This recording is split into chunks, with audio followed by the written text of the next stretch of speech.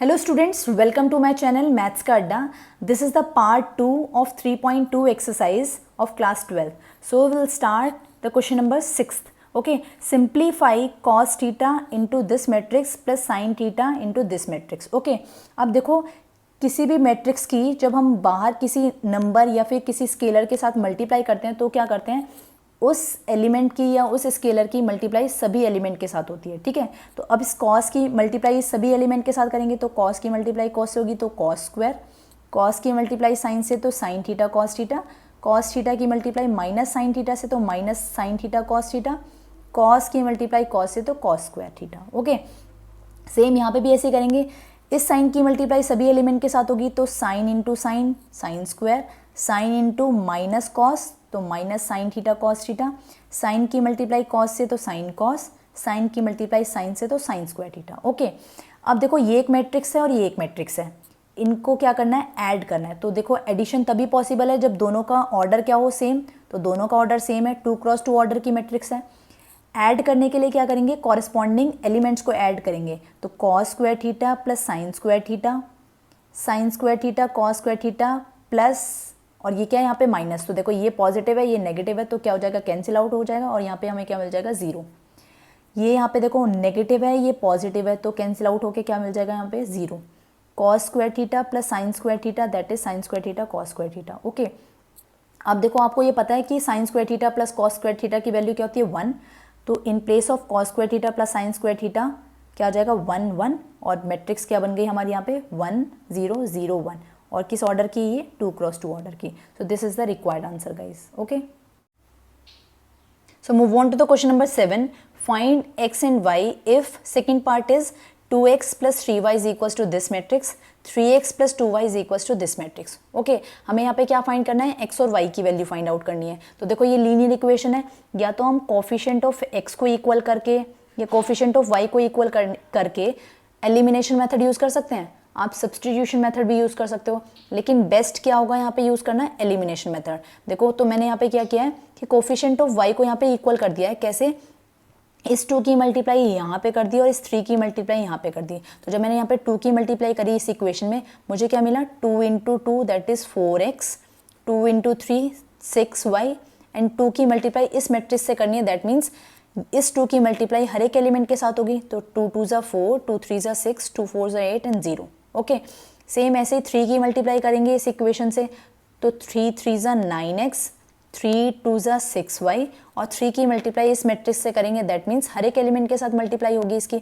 तो 3 2 ज़ा 6, 3 into -2 -6, 3 into -1 -3, 3 into 5 that is 15. Okay, elimination method use करना है तो मतलब मुझे अब किसको एलिमिनेट करना पड़ेगा, 6y को एलिमिनेट करना होगा. तो यहाँ पे मैं इस इक्वेशन में से इस इक्वेशन को सब्ट्रैक्ट कर सकती हूँ. तो देखो जब मैंने यहाँ सब्ट्रैक्ट करा, ये पॉजिटिव ये नेगेटिव कैंसिल आउट हो गया. 4 - 9 दैट इज़ -5x. इस मैट्रिक्स में से मुझे माइनस करना है इस मैट्रिक्स को. देखो सबसे पहले तो ऑर्डर देखेंगे तो ऑर्डर दोनों का सेम है तो सब्ट्रैक्शन पॉसिबल है. ठीक है, अब सब्ट्रैक्शन कैसे करते हैं, कॉरस्पॉन्डिंग एलिमेंट के साथ करते हैं. तो 4 - 6 दैट इज़ -2, 6 माइनस प्लस 6 तो 12, 8 माइनस प्लस 3 तो 11, 0 -15 दैट इज -15. ओके, अब ये -5 x के साथ मल्टीप्लिकेशन में इसको इधर लेके आएंगे राइट हैंड साइड तो क्या हो जाएगा, डिवाइड में, और ये matrix as it is. Okay, अब इस -1 की भी मल्टीप्लाई अंदर करेंगे तो जो माइनस है वो तो पॉजिटिव बन जाएगा, जो पॉजिटिव है वो नेगेटिव बन जाएगा. तो देखो इस -1 की मल्टीप्लाई मैंने यहाँ अंदर करी तो क्या मिल गया, ये पॉजिटिव ये नेगेटिव ये पॉजिटिव. ओके, x की वैल्यू यहाँ से मुझे मिल गई है. अब एलिमिनेशन मेथड में क्या करते थे, जब एक वैल्यू मिल जाती थी तो सब्सटीट्यूट कर देते थे उस वैल्यू को किसी भी इक्वेशन में, या तो फर्स्ट में या सेकंड में. ठीक है, आप वो करके देख सकते हो, लेकिन वो क्या होगा, बहुत ज़्यादा कैलकुलेटिव होगी. क्यों होगी, क्योंकि देखो 1/5 की अगर मैं अंदर मल्टीप्लाई करूँगी तो ये फ्रैक्शन में हो जाएगा 2/5 -11/5. ठीक है, ये भी -12/5, यहाँ पे आ जाएगा 3. ठीक है, अब ये x की वैल्यू आ गई फ्रैक्शन में. इस x की वैल्यू को मुझे इन दोनों में से किसी में पुट करनी पड़ेगी, जैसे मैंने यहाँ पे पुट करी, उसमें फिर 2 से मल्टीप्लाई करनी पड़ेगी. फिर उस मैट्रिक्स को मैं लेके जाऊँगी राइट हैंड साइड, फिर सब्ट्रैक्ट करनी पड़ेगी. तो देखो 2 माइनस फिर फ्रैक्शन में तो कैलकुलेशन ज़्यादा हो जाएगी. तो मैंने यहाँ पे क्या यूज़ किया है, दोबारा एलिमिनेशन मेथड यूज़ करा है. पहले क्या किया था, फर्स्ट इक्वेशन में 2 से मल्टीप्लाई और सेकंड इक्वेशन में 3 से मल्टीप्लाई की थी। अब मैंने क्या किया है कि कोफिशिएंट ऑफ x को इक्वल कर दिया है। तो देखो दोनों को इक्वल करने के लिए यहाँ पे मुझे 3 से मल्टीप्लाई करनी पड़ेगी, यहाँ पे 2 से मल्टीप्लाई। जब मैंने यहाँ पे 3 से मल्टीप्लाई करी तो मुझे क्या मिला यहाँ पे 3x, 3 3 ज़ा 9y। अब 3 की मल्टीप्लाई इस मैट्रिक्स से करेंगे तो सभी एलिमेंट के साथ होगी, तो 3 2 ज़ा 6, 3 3 ज़ा 9, 3 4 ज़ा 12 एंड 3 इंटू 0 दैट इज़ 0। ठीक है, ऐसे ही 2 की मल्टीप्लाई करेंगे इस इक्वेशन के साथ, तो देखो 2 3 ज़ा 6, 2 2 ज़ा 4 और 2 की मल्टीप्लाई इस मैट्रिक्स के साथ कर दी। ठीक है, तो कोफिशिएंट ऑफ x इक्वल हो गए। अब इसको क्या करा मैंने, सब्ट्रैक्ट करा, तो देखो ये कैंसिल आउट हो गया। 9 माइनस 4 दैट इज़ 5y। इस मैट्रिक्स में से इस मैट्रिक्स को सब्ट्रैक्ट करना है, तो देखो सबसे पहले ऑर्डर सेम है तो मतलब सब्ट्रैक्शन पॉसिबल है।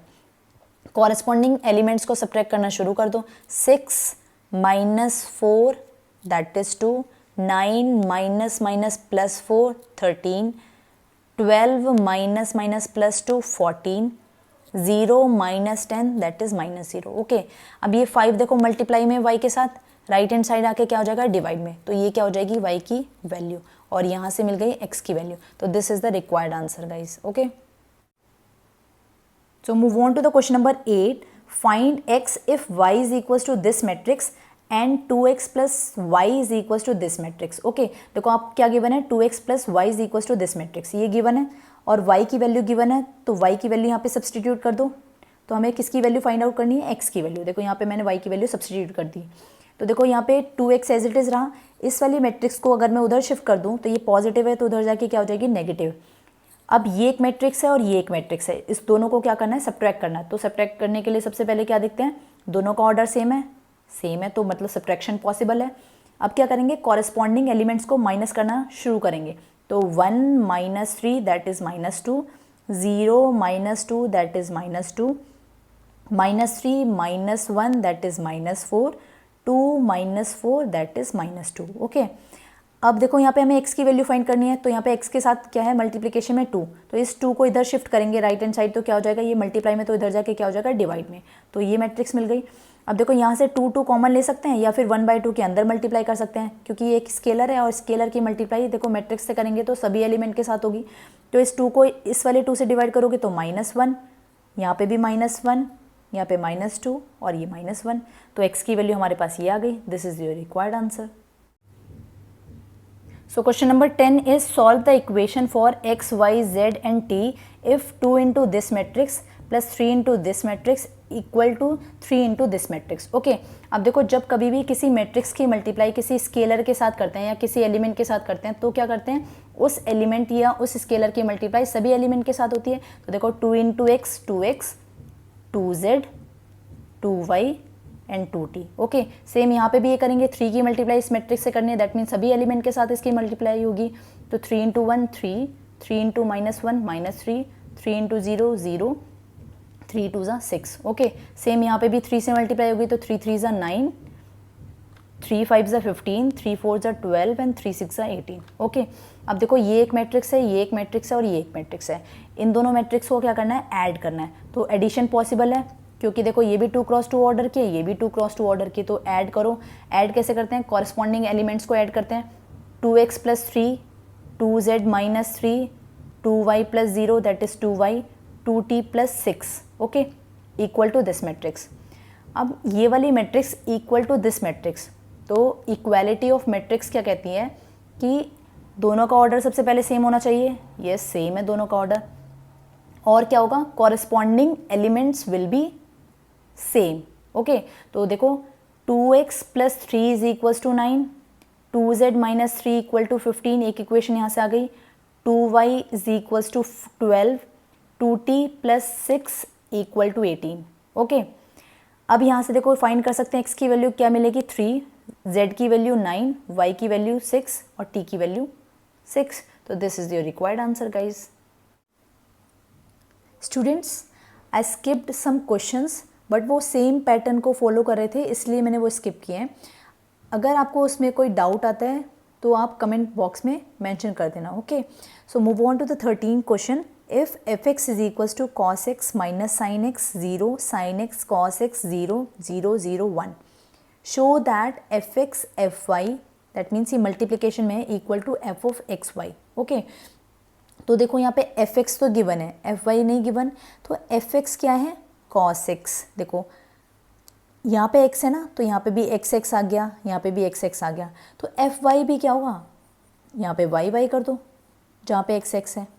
एक्स वाई क्या होगा, जहाँ पे x के प्लेस पे उसको रिड्यूस करके क्या बना दो, x प्लस वाई, तो x के प्लेस पे x प्लस वाई आ जाएगा। ठीक है, और ये जो कांस्टेंट है वो तो एज इट इज़ रहेगा, क्योंकि यहाँ पे ना तो कोई x की टर्म है ना y की टर्म है, तो हम यहाँ पे कांस्टेंट है तो ये एज इट इज़ रहेंगे। तो देखो एफ एक्स तो हमें गिवन था, वो लिख दिया।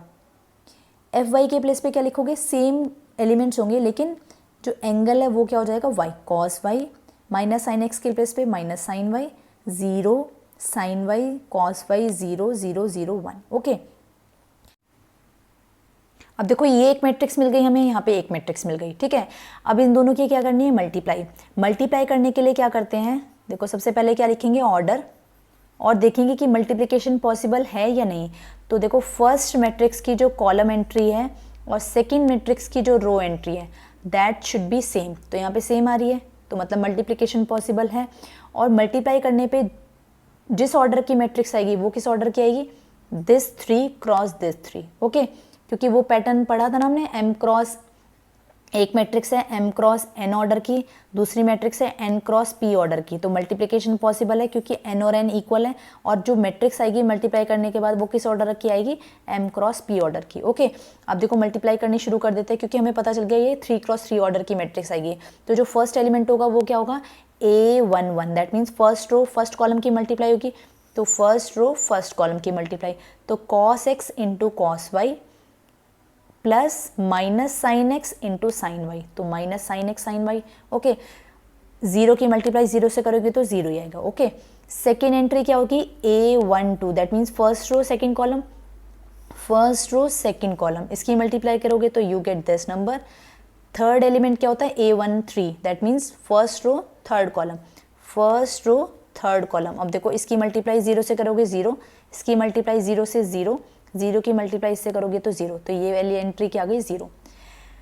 यहाँ पे कौन सी एंट्री होती है, A21, that means second row first column, तो सेकेंड रो फर्स्ट कॉलम की मल्टीप्लाई, तो sine x cos y plus cos x sine y. Okay, ये वाली एंट्री क्या होती है, A22, second row second column, sine x की मल्टीप्लाई माइनस साइन वाई से, तो minus sine x sine y, cos x की मल्टीप्लाई कॉस वाई से, तो cos x cos y. Okay, फिर ये वाली एंट्री कैसे आती है, A23, that means second row third column, देखो इसकी मल्टीप्लाई 0 से करोगे तो 0, इसकी मल्टीप्लाई 0 से करोगे 0, 0 की मल्टीप्लाई से करोगे तो 0 0। ओके, अब देखो ये वाली एंट्री कैसे आती है, A31, that means third row first column की multiply, 0 into something is 0, 0 into something is 0, 1 into 0 is 0, तो ये वाली एंट्री क्या आ गई 0। सेम ऐसे ही A32, तो third row second column, third row second column, 0 की मल्टीप्लाई इससे करोगे 0 0 0, ये वाली एंट्री भी आ गई 0। ये वाली क्या होती है, A33, that means third row third column, 0 की मल्टीप्लाई 0 से 0, 0 की मल्टीप्लाई 0 से 0, प्लस 1 की मल्टीप्लाई 1 से तो 1। ओके, इतना समझ आया। अब देखो ये क्या पैटर्न बन रहा है, cos x cos y minus sine x sine y, ये किसका फॉर्मूला होता है, कॉस एक्स प्लस वाई का। ऐसे ही सेम देखो, जब यहाँ से माइनस साइन कॉमन लोगे तो यहाँ पे क्या बचेगा, sine x cos y plus cos x sine y, तो ये किसका फॉर्मूला होता है, साइन एक्स प्लस वाई का, और माइनस साइन कॉमन लिया तो ये माइनस ही आ गया, 0 के प्लेस पे 0। ये भी देखो किसका फॉर्मूला बन रहा है, साइन एक्स प्लस वाई का, यहाँ पे किसका फॉर्मूला बन रहा है, कॉस एक्स प्लस वाई का, यहाँ पे 0 0 0 1। Okay, this is equal to f of x plus y. कैसे f of x plus y, देखो ये वाली जो टर्म है ये सेम एफ एक्स की तरह आ रही है, देखो कॉस आ रहा था तो कॉस आ रहा है, साइन है तो साइन आ रहा है, लेकिन बस एंगल में क्या डिफरेंस आ रहा है, वहाँ पे एक्स आ रहा था, यहाँ पे क्या आ रहा है, एक्स प्लस वाई आ रहा है। तो देखो एफ एक्स और एफ वाई की मल्टीप्लाई करने पे क्या आ रहा है, f of x y, hence proof we get the required. I hope you guys enjoy this session. If you guys enjoy this session, give it a big thumbs up, share it with your friends, and don't forget to subscribe to my channel. Thank you.